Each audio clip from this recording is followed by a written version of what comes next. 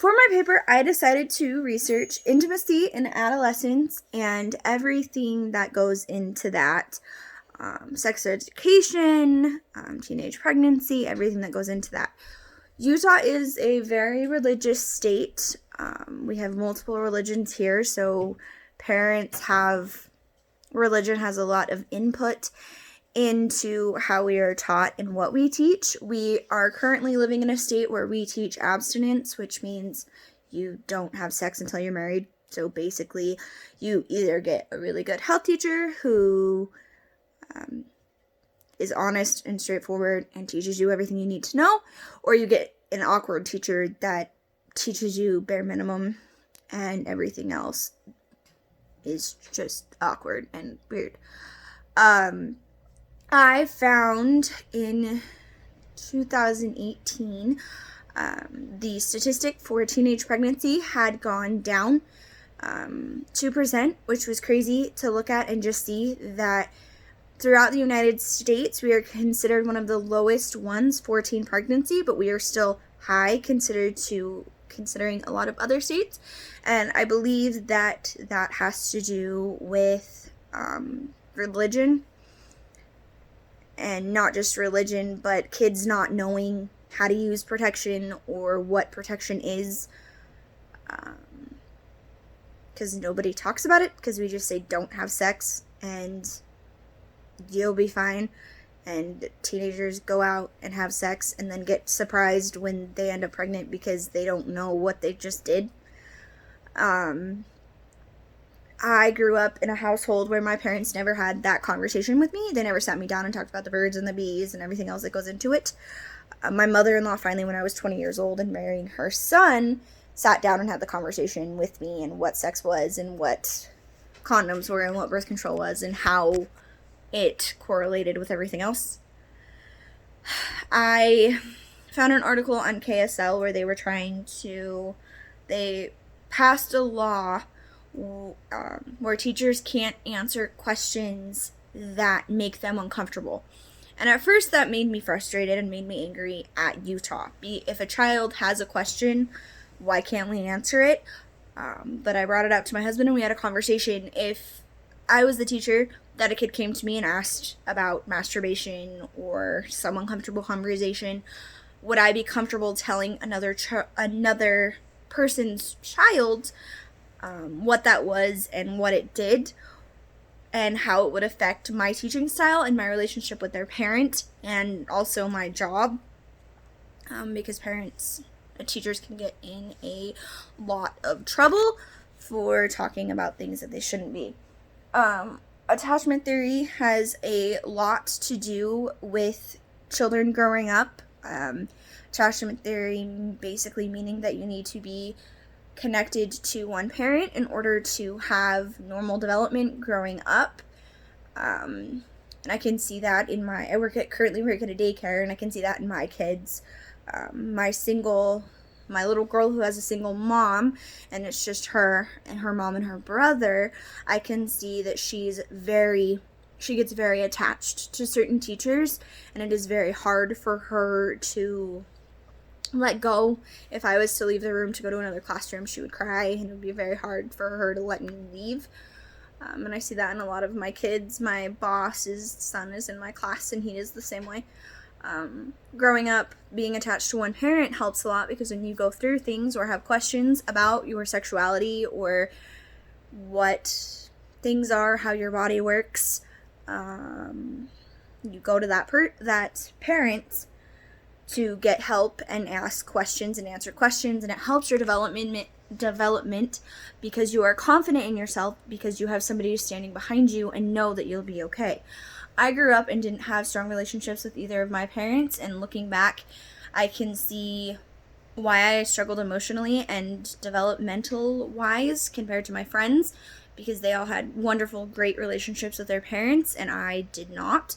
So I struggled making and keeping friends, and nobody really wanted to be my friend because I was just so withdrawn and not able to cope with everybody else. Erik Erikson talks about the developmental period from 19 to the age of 40, which is crazy because you don't think adolescence is until the age of 40. But it says, during this period, the major conflict centers on forming intimate, loving relationships with other people. Success at this stage leads to fulfilling relationships. Failure, on the other hand, can result in feelings of loneliness and isolation. And around that time, it's graduation and moving on in mission call, going on a religious mission, getting married, traveling the world, going off to college, etc. And that is a vital point because your life is changing and everything can change in an instant. I know personally, my friends all went on missions, religious missions for the Church of Jesus Christ of Latter-day Saints, or got married, and I didn't really have that many friends. I immediately went to becoming a TA for a kindergarten class, and my friends were my kids. And still to this day, I'm friends with my kids. I don't really have a lot of people that I'm friends with or have communication with. I'm friends with my husband. And when I was going through that time in my life where all of my friends were serving missions and going off and living their life, I struggled and I hated it because I had to sit at home on Friday night, and it was a lot of depression and anxiety because I didn't have anybody.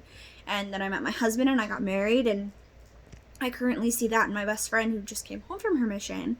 She's struggling and she's going through some of the same things that I was going through, and I try to help her and help her development and help her by being her friend, but it's hard because I'm married and I can see the struggle that goes into it.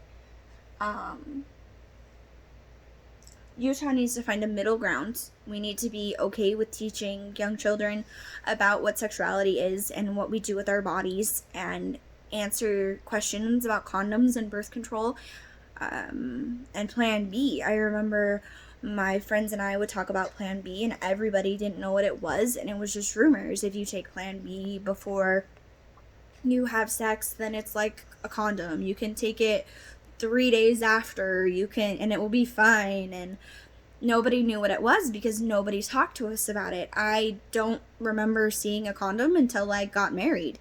Utah needs to be comfortable, and I know it's a lot of parents not wanting to let go of their reins because they don't want to get the idea in their children's heads, and I understand that, but we need to find a middle ground so we are not only helping our children, but us as parents are feeling confident that our children will be okay. And if they decide to go out and have sexual relations with another one of their friends, with their boyfriend or girlfriend, that they'll be safe in doing so and they will be comfortable with it. A lot of times we use things as a scare tactic. I remember going through health and I remember talking a little bit about what an STD was, but I don't remember ever going into detail of the different ones that there were and what they could do to our body and how it could affect future children or future partners. They beat around the bush a lot of the times. I had to take health twice. My 9th grade year I took it, and I had a young mom, and she was very straightforward in wanting us to know exactly what sex was and how to protect ourselves. And my 10th grade year I had a football coach, and he was awkward and didn't want to have the conversation and beat around the bush. And I feel we need to be comfortable in teaching young children about sex education and about their bodies. We have kids going out right now having sex that don't know what they're doing and don't know what their parts are doing and are shocked when they get pregnant. And we have more and more abortions happening. We live in a state where it's very religious, so an abortion happens because they don't want to be a betrayal to their family and they don't want to look bad. So we have a lot of abortions happening just because they don't want to be a betrayal.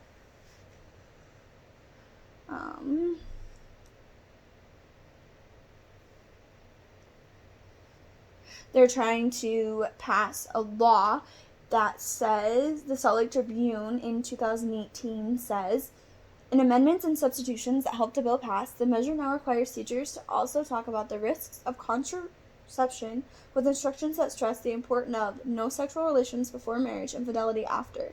It prohibits lessons on the interactions of intercourse, sexual stimulation, or erotic behavior. So we can't talk about erotic behavior, masturbation, oral sex, anal sex, that kind of thing. But we need to be telling children about what protection is, how to use it, when do I get on birth control. Typical conversation that sometimes parents are uncomfortable and don't want to have that conversation with them, or there's a single parent that forgets or doesn't have the time to have the conversation. And we have more and more children out in the world growing up, getting married, that don't know what they're doing. And it ends up in children who are born into young families that don't have money and can't take care of them, and they struggle. And those children that grow up with teen parents struggle, and they turn out to be teenage parents. We see parents who are teen parents that it just goes down the line of their children. And yeah, we need to be more confident in teaching children about what sex education is, and Utah needs to find a middle ground and not feel so uncomfortable about it.